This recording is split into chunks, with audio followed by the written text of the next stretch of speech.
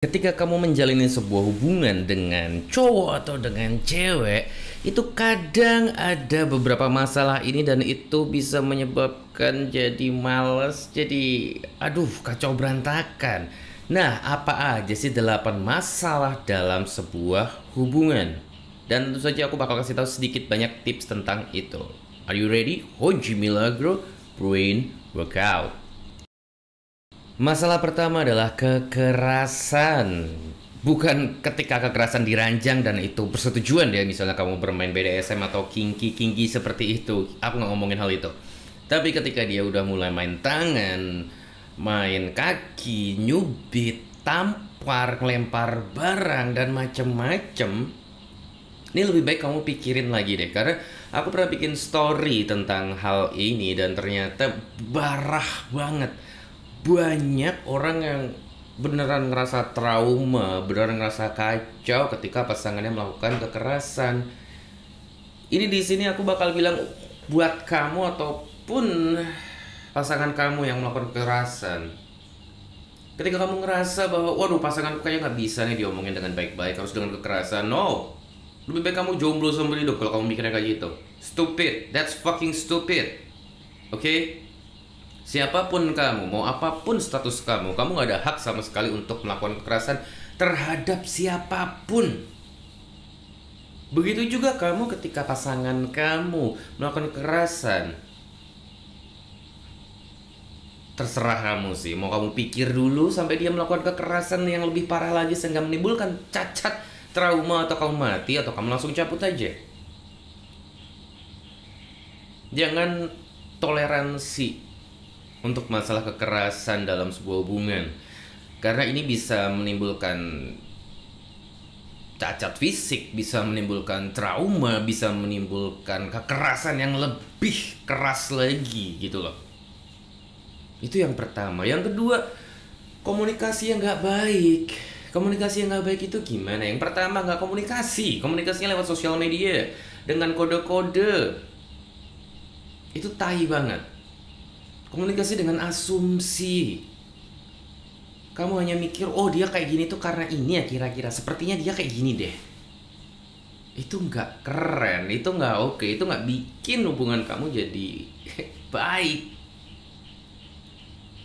Komunikasi berikut yang kurang baik adalah ketika kamu komunikasinya tidak menggunakan kata-kata yang baik, tidak menggunakan kata-kata yang tepat. Kamu tuh ya selalu gini, kamu tuh nggak pernah bla bla bla.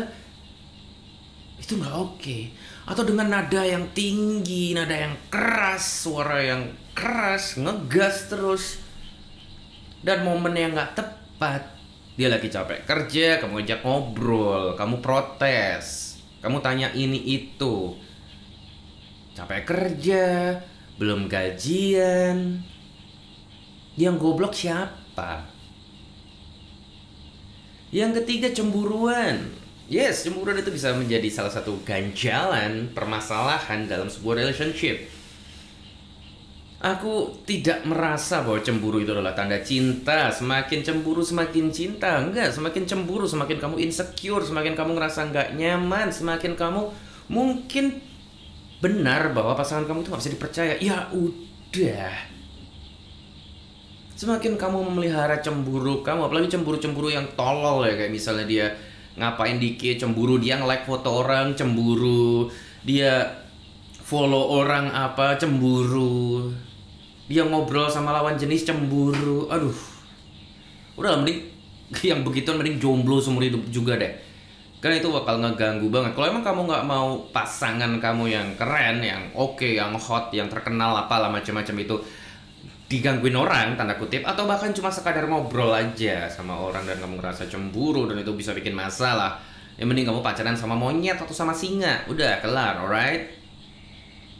Yang keempat, masalah bosan. Yes.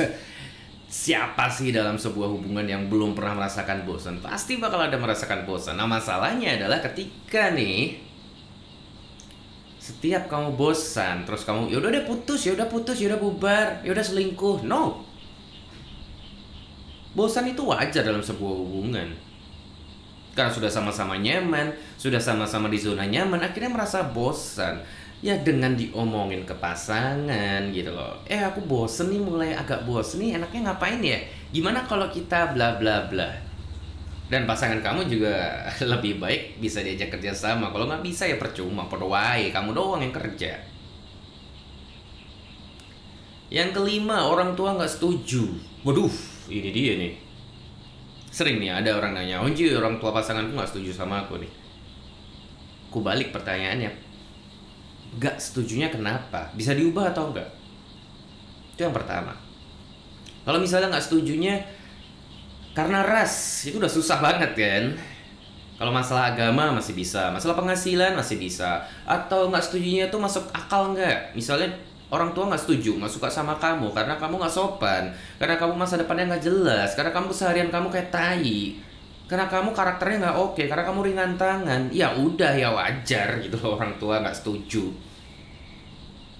Tapi ketika kamu udah baik, kamu udah macam-macam dan orang tua nggak setuju, itu tugas pasangan kamu sebenarnya untuk meyakinkan orang tuanya bahwa kamu adalah pilihan yang tepat. Dan kalau memang nih orang tua pasangan kamu nggak setuju, toh juga sebenarnya menjalani kalian berdua gitu loh. Kalau misalnya orang tua aku nggak setuju sama pasanganku, sedangkan aku ngerasa pasanganku itu emang beneran baik dan aku yang tahu dia baik, orang tua nggak setuju, ya itu aku coba obrolin. Kalau emang tetap nggak setuju karena emang nggak suka aja gitu, alasannya apa, yang nggak suka aja sama nih cewek gitu, ya udah, toh juga aku yang ngejalanin, toh juga aku nggak hidup dari duit orang tua, toh aku juga nggak serumah sama orang tua. Karena bukan berarti aku ngelawan orang tua ya, tapi aku tegas gitu loh. Aku memberikan sosok Honji yang, ini loh, Honji itu udah gede, Honji udah dewasa, nggak bisa diatur-atur 100%, bahkan mungkin sedikit pun orang tua nggak bisa ngatur aku gitu loh. Terus yang keenam, insecure. Insecure ini nih ya, ketika kamu ngerasa nggak nyaman, kamu ngerasa nggak aman, posisi kamu selalu merasa terancam, kamu selalu merasa takut bahwa wah bakal ada yang ngerebut pasanganku nih, wah pasanganku bakal pergi nih kapan aja. Ya benar sih, pasangan kamu bisa pergi kapan aja, tapi bukan berarti pasangan kamu bakal direbut oleh siapapun kapanpun gitu loh. Ketika kamu punya ketakutan terus menerus, dan itu nyiksa kamu, dan itu bisa berpengaruh ke cara kamu memandang dirimu, ke cara kamu memandang pasangan kamu. Justru malah bisa bikin pasangan kamu jadi malas, bukan karena ada orang lain, tapi karena malas sama sifat sikap insecure kamu, sehingga dia jadi malas, akhirnya dia jadi selingkuh atau ninggalin kamu. Gara-gara apa? Bukan gara-gara orang lain. Awalnya gara-gara kamu yang insecure terus menerus, dan itu bikin gak nyaman. So please, jadilah orang percaya diri dan percaya pasangan sepenuhnya. Kalau memang kamu nggak percaya diri, kurang percaya diri, kamu bisa cek ebook terbaruku, Extreme Confidence Secret. Di situ aku kasih tahu rahasia-rahasia apa aja sih yang membuat seorang Honji Milagro menjadi orang yang punya percaya diri level iblis.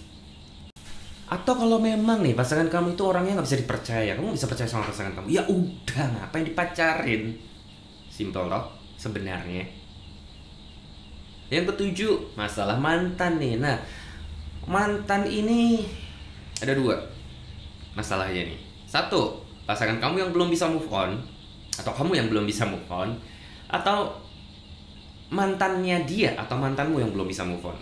Kalau kamu yang belum bisa move on, tinggal dengerin Total Move On karena itu panjang banget aku jelasin di sini. Intinya adalah kamu tidak berusaha untuk melupakan dia. Karena semakin kamu berusaha melupakan seseorang, semakin dia bakal nempel. Tentu saja ada lebih panjang, ada 100 menitan, itu ada di Total Move On. Kamu bisa klik honjimilagro.com/tmc, Total Move On Class, right? Yang ke-8, masalah uang nih. Nah, ini kadang uang ini bisa jadi masalah nih bagi banyak orang nih. Mungkin kalau awal-awal PDKT nggak masalah, awal-awal pacaran nggak masalah, tapi semakin kamu lama sama dia, ketika nih alasan kamu cuma memberatkan kamu doang, dia nggak ada sumbangsihnya,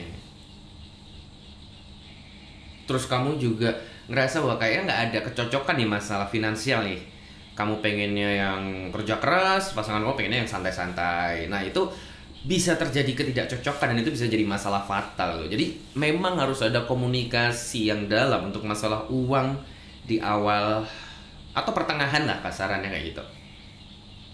Let's say sekitar kamu udah menjalin hubungan 3 bulan ke atas, bolehlah diobrolin masalah uang lebih detail, lebih dalam, karena kalau enggak nanti bisa di akhir bakal bisa jadi kacau karena memang ternyata banyak pasangan yang kacau karena masalah finansial.